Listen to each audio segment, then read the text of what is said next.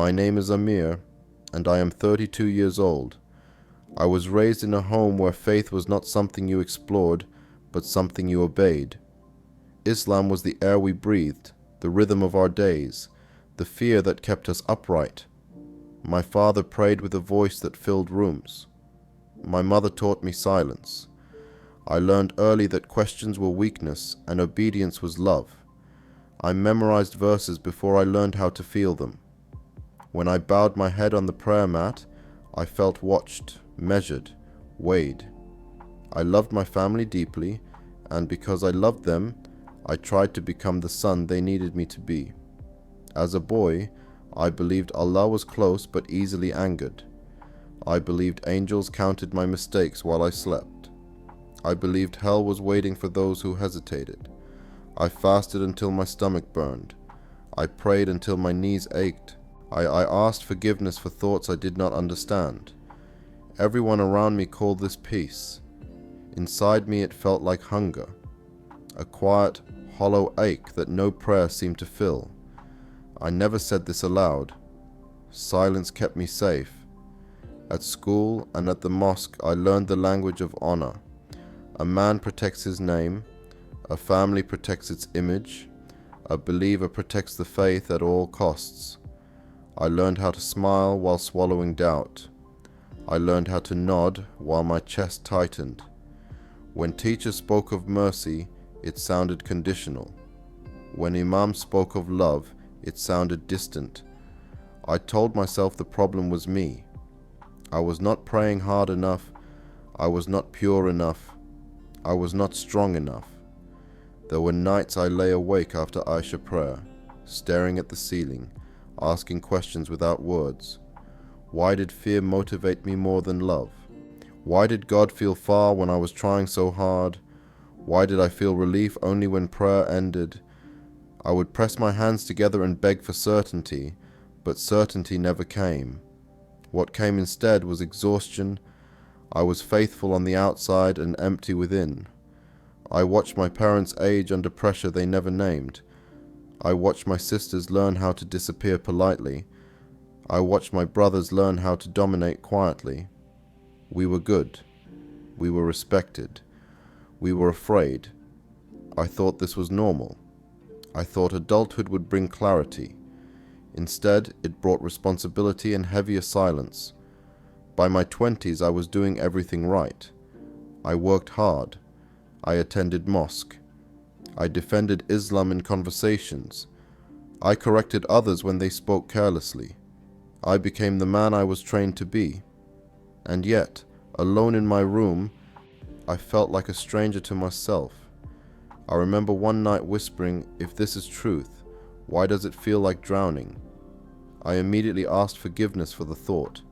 Fear trained me well. If you are watching this, I need you to understand something. I did not leave my faith because I wanted sin or freedom or rebellion. I wanted rest. I wanted to know God without terror. I wanted a faith that healed instead of threatened. At the time, I did not know those desires would cost me everything. Before I go further, let me say this quietly and honestly. If testimonies like mine matter to you, if voices that come from silence deserve space, take a moment to support this channel. Subscribe, like this video, comment, and share it. Not for popularity, but so stories like mine do not disappear the way we were taught to. At 32, looking back, I see how carefully my life was constructed. Fear held it together. Honor sealed it shut. Love was present, but conditional. I loved my family with my whole heart. That is what made what came next unbearable. I did not know yet that my questions were not rebellion. They were invitations. I did not know that hunger could be holy. I only knew that something inside me was dying slowly, and no amount of prayer seemed able to save it. I remember the smell of incense in the mosque and the scratch of carpet against my forehead, the way the Imam's voice echoed and settled into my bones. I remember copying the posture of men older than me, believing their certainty would transfer through movement. It never did. Instead, I learned performance. I learned how to look righteous while feeling lost. I learned how to hide tremors in my voice when I recited. Every ritual felt like a test I could never pass fully, only repeat. Sometimes I imagined God watching me with crossed arms, waiting for failure. That image shaped my choices, my friendships, my marriage conversations, my dreams. Fear made me disciplined, but it also made me brittle. I was praised for strength while quietly breaking. When pain came into our family, when prayers went unanswered, I blamed myself. Surely someone like me deserved silence. Surely God was busy with better believers. I did not know then that faith was supposed to draw you closer, not shrink you. I did not know that love could lead instead of threaten. All I knew was obedience, and obedience without intimacy slowly hollowed me out. By the time the first crack appeared, my heart was already exhausted, and I was too loyal to admit it. That changed. The first crack did not come from curiosity, it came from pain. My younger cousin Rahim was 19 when he died. He was gentle, quiet, the kind of boy who apologized when others bumped into him. One afternoon he collapsed at work and never stood up again. They said it was God's will. They said Allah gives life and takes it. At the funeral, men spoke about patience and reward, about accepting decree without question. I stood there numb, staring at the dirt that covered him, thinking about how faithfully he prayed, how carefully he lived, how young he was. That night I prayed harder than I ever had.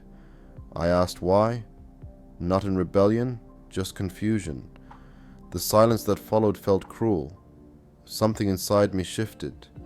For the first time, submission felt like betrayal of my own humanity. I pushed the feeling away, but it returned stronger. Flashbacks began haunting me. Verses I memorized as comfort now sounded sharp. If Allah guides whom He wills and misguides whom He wills, then what was Rahim's effort worth? If questioning was arrogance, why did my heart ache for answers? I remembered Imams warning us that doubt was from Shaitan, yet doubt felt like grief trying to breathe. I watched my aunt age 10 years in a week, still repeating praise through tears. I tried to imitate her strength and failed. Guilt wrapped around me. A good Muslim does not ask why. A good Muslim trusts. I did trust once. Now trust felt thin. Late at night, when the house slept, I opened books I was never meant to open. Tafsir, hadith collections, lectures bookmarked secretly. I told myself I was strengthening my faith. In truth, I was searching for reassurance. Instead, I found fractures, stories of violence justified, mercy explained away, punishments described without tears. I felt sick reading them, but fear kept me going. If truth existed, it had to survive scrutiny, I reasoned. Then came the verses about Jesus, Isaiah, spoken with respect yet distance, born of a virgin, performing miracles, taken up by God, called the word of Allah. I had recited these lines all my life without stopping to feel their weight. Why did this prophet feel different? Why did his story feel unfinished? I tried to shake it off. I prayed more. I fasted longer. I gave charity hoping guilt would loosen its grip. But my heart kept returning to one forbidden question. What if truth was not afraid of questions? And one night I typed a sentence into my phone and erased it 5 times before letting it stay. Who is Jesus really? My hands trembled as search results appeared. I closed the screen, whispered forgiveness, then opened it again. Articles spoke of love, sacrifice, grace, words I was taught to distrust. I clicked sermons out of morbid curiosity, ready to mock them. Instead, I listened in silence. Something inside me softened against my will. Fear screamed at me to stop. Apostasy meant death, shame, loss.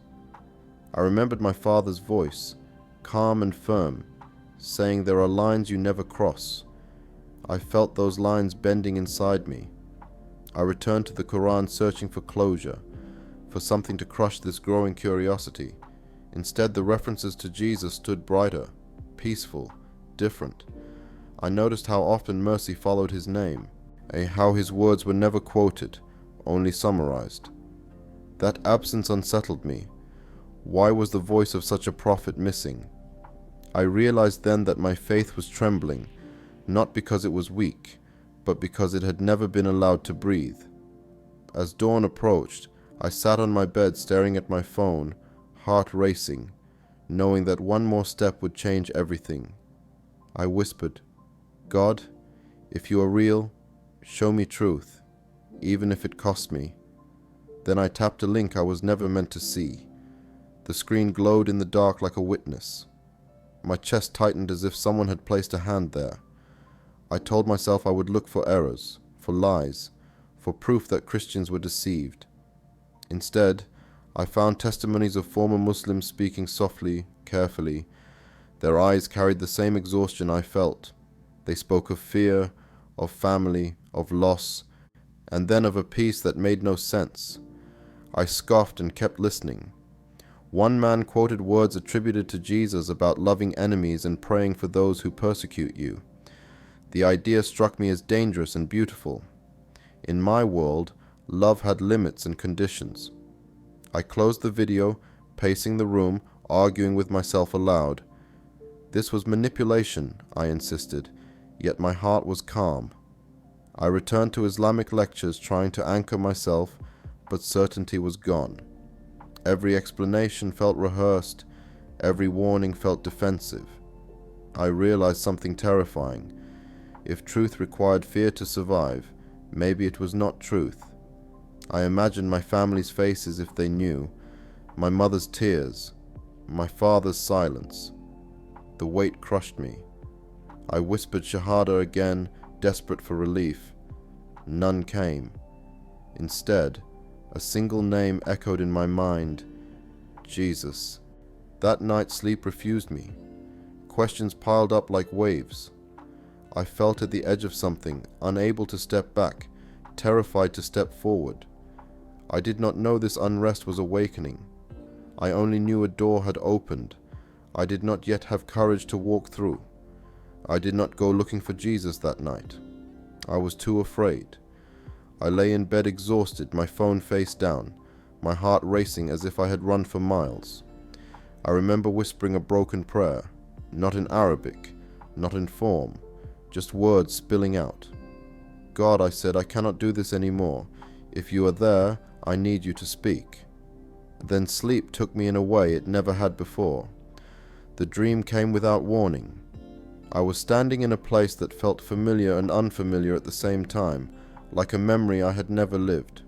There was no fire, no mosque, no darkness, just light, not blinding but warm and heavy with peace. I felt exposed and safe at once. Then I saw him.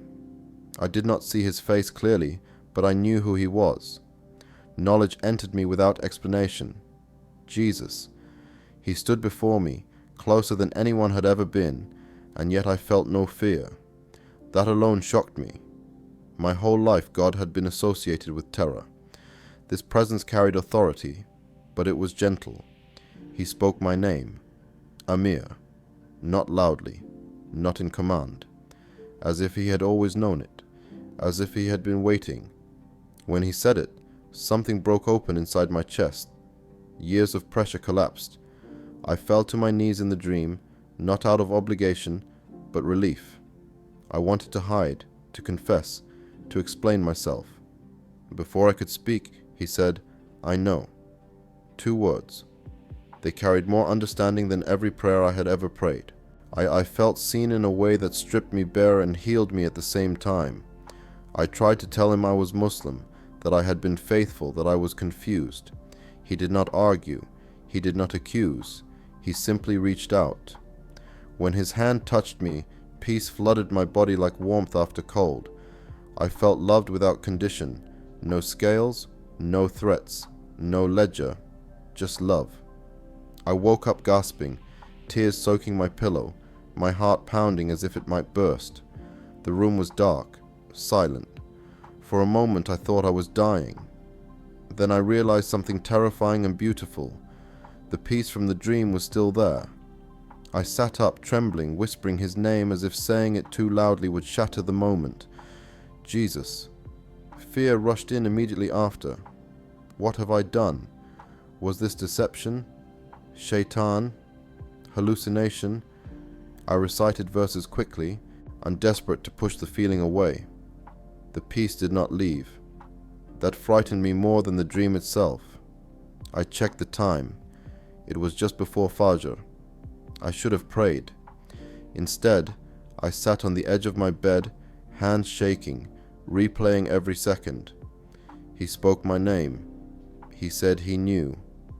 My entire life I had been trying to be known through performance. This knowing required nothing from me. I picked up my phone, stared at it for a long time, then opened the App Store. My thumb hovered as if frozen. Downloading a Bible felt like crossing a border with no return. I whispered forgiveness one last time and pressed install. My heart hammered as the app appeared on my screen. I did not know where to start. Genesis, Psalms, Revelation, everything felt dangerous. I searched Jesus. The Gospel of Matthew opened. My eyes fell on words highlighted by someone I would never meet.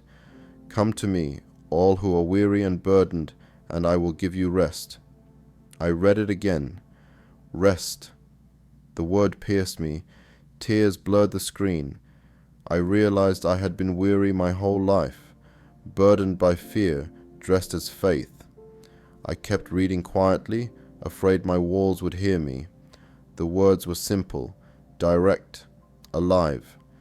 Jesus spoke with authority, yet his tone felt intimate. When he talked about God as Father, something in me resisted and longed at the same time. Fatherhood had always meant authority, not closeness. I read about forgiveness without ritual, love without conditions, truth spoken without violence. Each sentence felt like it was written for someone like me, hiding in the dark, afraid to breathe. I kept expecting the peace to fade, to be replaced by guilt or terror. It did not. Instead, something inside me whispered, "This is what you have been hungry for." Dawn light began creeping through the curtains. I realized I had not slept. I should have been panicking. Instead, I felt calm, not resolved, not converted, just held. That scared me. I closed the app quickly, as if someone might walk in and see.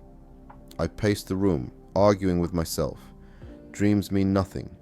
Emotions lie. But my body remembered his presence. My soul recognized something my mind could not yet accept.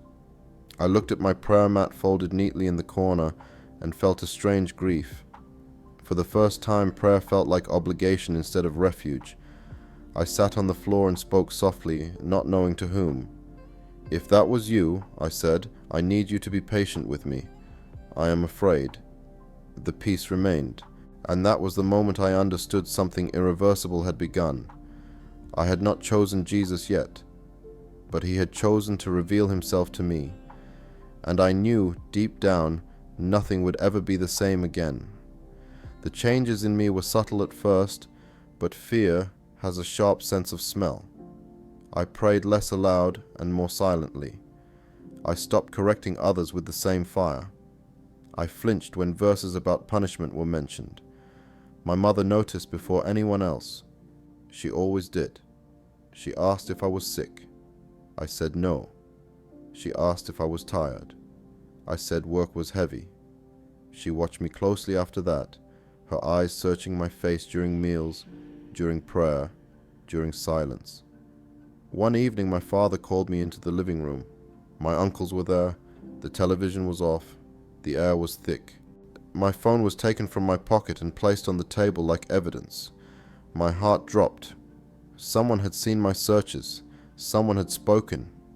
My father asked calmly, "Are you confused about your faith?" Confused was a mercy word. I swallowed and said I was just asking questions. One uncle slammed his hand on the table. Questions lead to disbelief. Disbelief leads to hell. They asked if I had spoken to Christians. I said no. They asked if I believed Jesus was more than a prophet. My throat closed. I remember the dream. I remember the peace. I said nothing. Silence answered for me. The room erupted. Words flew like stones. Traitor. Ungrateful. Shame. My mother cried softly in the corner, begging me to repent. I begged them to listen, to let me explain, but explanation was rebellion. They quoted verses. They threatened consequences. They warned me of death. I felt like a child again, small and trapped, but something inside me stood firm. I could not unsay what my soul had tasted. Days later they brought an imam. He spoke gently at first, like a doctor diagnosing sickness. He said doubt was normal, but persistence was dangerous. He asked me to renounce whatever thoughts I had entertained. Just say the words, he urged, and this will end. I felt sweat roll down my spine. Saying the words would have saved me, but my chest tightened. I thought of Jesus saying my name. I shook my head. His eyes hardened. The gentle tone vanished. He said, apostasy poisons families. It spreads. It must be stopped. That night they locked my door. I could hear voices arguing outside. My phone was gone. I sat on the floor shaking, whispering Jesus over and over like a lifeline. It's hours later they dragged me outside. The courtyard was lit harshly. Neighbors stood watching, silent and complicit. Someone held a container. I smelled fuel before I saw it. My mind refused to understand. This was discipline, they said. Mercy through fear. I screamed for my mother. She did not move. My father would not look at me. The liquid soaked my clothes, cold and final. Time slowed. I remember thinking this cannot be real. I remember thinking, Jesus, if you are real, help me. The fire came suddenly, violently. Pain exploded across my body, unlike anything language can carry. I screamed until my voice disappeared. Flesh burned. Air vanished. In the chaos, something impossible happened. As my body burned, my mind went quiet. I was not alone. I felt him. Not visually, not dramatically.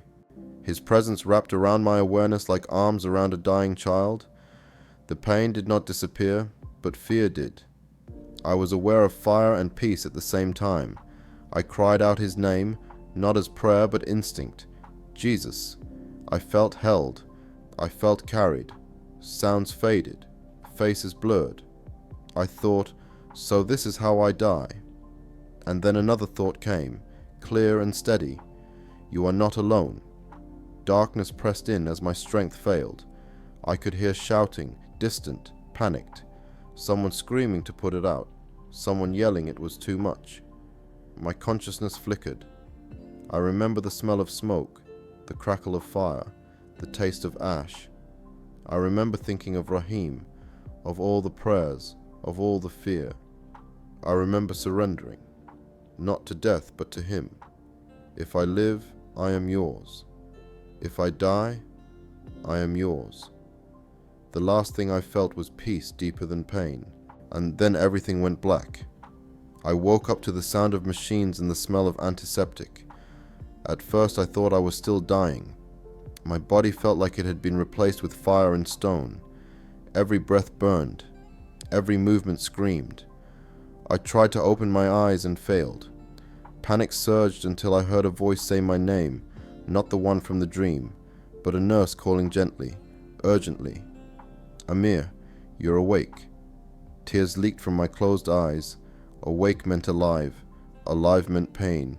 Alive meant I had not escaped. Days passed in fragments. I drifted in and out of consciousness, suspended between medication and memory. When I was lucid, I saw bandages white and thick, wrapping my arms, my chest, my neck. I smelled burnt flesh beneath the sterile air. Doctors spoke in low voices, careful, surprised. One said I should not have survived. Another said the burns were severe, but my vital organs were stable. Stable. The words sounded like mercy. No one from my family came. At first I waited, convinced this was a test, that love would break through fear. It did not. Days turned into weeks. The silence grew heavy. Nurses became my only witnesses. One woman held my hand during dressing changes when the pain overwhelmed the medication. She did not ask questions. She did not preach. She simply stayed.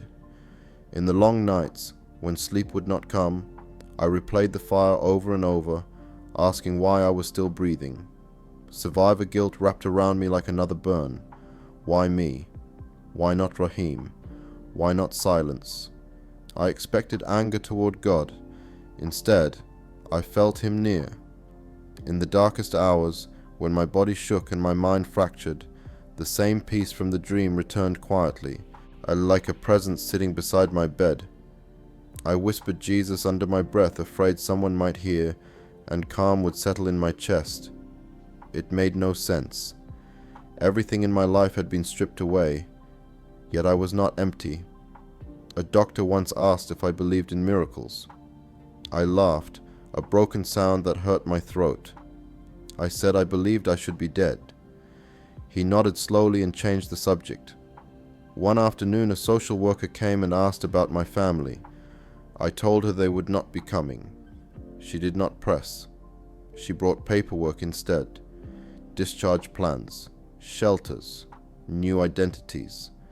The words sounded like exile. Alone in the hospital bed, I finally allowed myself to grieve. I cried for my parents, for the home I would never return to, for the life that burned with me. I cried for the boy who prayed out of fear and never knew love. In that grief, I felt something shift. For the first time, I did not beg God to fix my circumstances.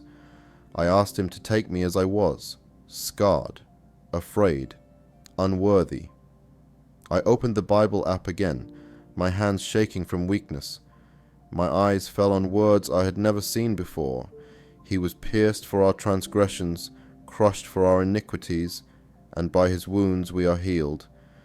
I stared at the screen, my body wrapped in pain, and understood something I never had. God knew suffering. God entered it. This was not a distant deity demanding endurance. This was love absorbing pain. Tears streamed down my face as understanding settled in my bones. Jesus had not rescued me from the fire by preventing it. He had rescued me in the fire by staying. That truth broke me open. I whispered yes, not loudly, not ceremonially, just yes. I belong to you, whatever remains of me. In that moment, fear loosened its grip. The future was uncertain. Threats still existed. My body would never be the same, but my soul felt anchored. When the nurse returned, she found me smiling weakly through tears. She asked if I was in pain. I said yes, but not the way she meant. That night, as machines hummed and shadows stretched across the walls, I slept without fear, for the first time in my life. I did not know what would come next. I only knew I was alive on purpose. Recovery did not bring safety, it brought exposure. When I was released from the hospital, I was not sent home. Home no longer existed for me. My name had been removed from family records. My relatives would not answer calls. Word spread faster than my healing. Apostate, traitor, dead man walking. Threats arrived quietly at first, then boldly, and anonymous messages, warnings whispered through acquaintances. Return to Islam or disappear. Each message reopened wounds the fire had left behind. I lived with a constant awareness of my body, every sound a potential danger, every shadow a reminder that love had limits in the world I came from. At night I dreamed of my mother's face, torn between fear and love, and woke up shaking. Guilt tried to reclaim me. Maybe if I just said the words. Maybe if I pretended. Flashbacks haunted me. My father teaching me to recite. My mother adjusting my collar before prayer. My community celebrating Eid together. Islam had not only been belief, it had been identity. Losing it felt like erasure. Loneliness pressed down on me harder than pain ever had. Yet in that loneliness, Christ met me again and again. Through a cracked phone screen, I found sermons whispered through headphones, underground churches broadcasting from hidden rooms, pastors speaking softly about persecution as if they understood my language. They spoke of a God who calls the rejected his own. I listened for hours, afraid, yet hungry. Scripture became my refuge. I read psalms written by men hunted and betrayed. I read about Paul, beaten and imprisoned, yet unashamed. Each story felt less like history and more like company. Slowly, my identity began to shift. I was not just a burned body or a disowned son. I was known, claimed, loved. Shame lost its voice. One night I read words that undid me completely. See what great love the Father has lavished on us, that we should be called children of God. Children, not servants, not suspects, not liabilities, children. I wept until my scars ached. For years I had feared God as judge. Now I was learning to approach him as Father. That change terrified and healed me at the same time. I was baptized quietly, without ceremony, without witnesses except a few believers whose names I still protect. When I went under the water, I thought of the fire. When I rose, I thought of resurrection. I knew the threats would not stop. Faith did not erase danger. It reframed it. One evening my phone buzzed with a message from a number I recognized immediately. The Imam who had questioned me before the fire. His words were cold and precise. We hear you persist in this path. Return and be restored. Refuse and consequences will follow. Death was not written, but it was implied. My hands trembled as I read it. Fear surged, familiar and sharp. For a moment I considered disappearing entirely, unchanging names, hiding faith like a secret scar. Then I remembered the fire. I remembered the peace that held me when nothing else could. I whispered, Jesus, I am afraid. Peace answered. Not bravado, not recklessness, just clarity. I realized something profound. They could threaten my body, but they no longer owned my soul. I typed a response slowly, carefully. I thanked him for concern. I said I could not return to what I no longer believed. I said my conscience belonged to Christ. I pressed send and sat in silence, waiting for panic. It did not come. What came was resolve. I did not know if I would survive the next confrontation. I only knew I could not deny the one who stayed with me in the fire. That night, as I lay awake listening to distant sounds, I understood the cost of discipleship was not theoretical. It was lived, and I accepted it. The meeting was arranged without kindness, a neutral place, they said. Just talk, they said. I knew better, but I went anyway. Running forever is its own kind of prison. The room was small, windowless, smelling of old smoke and authority. 2 men waited for me. One was the Imam. The other was an elder I had known since childhood, a man who once carried me on his shoulders after Eid prayer. Seeing his face hurt more than the threats ever had. He looked at my scars with something like disappointment. We sat. No greetings, no prayers. The Imam spoke first. He said I had embarrassed my family, shamed my bloodline, disturbed the peace of the community. He said Islam was mercy, but mercy had limits. The elder leaned forward and said softly that my mother was sick with grief, that my father no longer slept, and that my stubbornness was killing them. His words cut deep. For a moment everything inside me wavered. Images of home flooded my mind, laughter, food, belonging. I felt the old reflex rise, say the words, end the suffering. I opened my mouth and nothing came. Instead I heard another voice, a steady and quiet inside me. What does it profit a man to gain the whole world and lose his soul? I looked at them and felt an unexpected calm. I told them I loved my family. I told them I never wanted to cause pain. I told them I could not lie about what had saved me. The Imam's eyes hardened. He said Jesus was a lie, a tool of the West, a test I had failed. He said I was choosing death. I surprised myself by smiling gently, not mocking, not proud, just sad. I told him Jesus had met me when Islam had given me only fear. I told him Jesus stayed with me when my own blood turned away. I told him I had felt peace in fire. Silence filled the room like smoke. The elder's hands shook. He said faith was not about feelings. I agreed. I said it was about truth. I said truth should not fear examination. I said no one should be burned for seeking God. That sentence changed everything. The Imam stood abruptly. He said I was beyond reach. He said my protection was gone. The elder would not meet my eyes. I stood slowly, my body aching, my heart strangely light. As I reached the door, the elder spoke one last time. If you walk out, you walk alone. I turned and said quietly, I have never been alone since I met Christ. I walked out expecting violence, expecting hands to grab me, expecting the world to end. Nothing happened. The street was loud, ordinary, indifferent. I kept walking until distance softened my fear. With each step, grief mixed with freedom. I mourned what I lost and honored what I gained. I did not feel victorious. I felt surrendered. That night I sat alone in a small room, replaying every word, every look. Tears came, but they were clean. I prayed for my family, not for their punishment, but their peace. I asked God to show them the same mercy He showed me.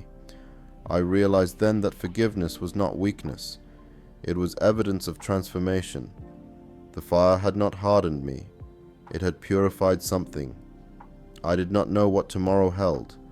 I only knew my answer would not change. For the first time, my faith was not inherited or enforced. It was chosen, and it held. Living after the fire felt like learning how to breathe again. My body healed slowly, unevenly, and leaving reminders I could not hide. Scars mapped my skin like a history I carried everywhere. At first I hated them. They drew attention. They asked questions I did not always have strength to answer. But over time, they became anchors, proof that I had passed through death and remained. I lived quietly, moving often, trusting few. Hiding was necessary, but isolation threatened to swallow me. Trauma did not ask permission. Sudden sounds made me flinch. The smell of fuel froze my lungs. Nightmares dragged me back into flames until I woke drenched in sweat, whispering Jesus like a child calling for light. And light came, not instantly, not dramatically, but faithfully. Healing did not erase pain, it transformed it. Through prayer, through scripture, through the gentle patience of believers who never rushed me, my mind began to rest. I learned that faith was not pretending wounds did not exist, it was allowing Christ into them. I met other Christians who had lost homes, families, nations. Their stories echoed mine. Together we shared meals, prayers, laughter that felt rebellious against despair. This was family, not built by blood but by grace. I learned how to worship without fear, how to pray without scripts, how to sit in silence without dread. Sometimes I thought back to the boy I was, kneeling in fear, and felt a deep compassion for him. He did not know any better. He was surviving. Christ did not despise him. Christ rescued him. Slowly joy returned in unexpected ways. A sunrise, a verse remembered, a stranger's kindness.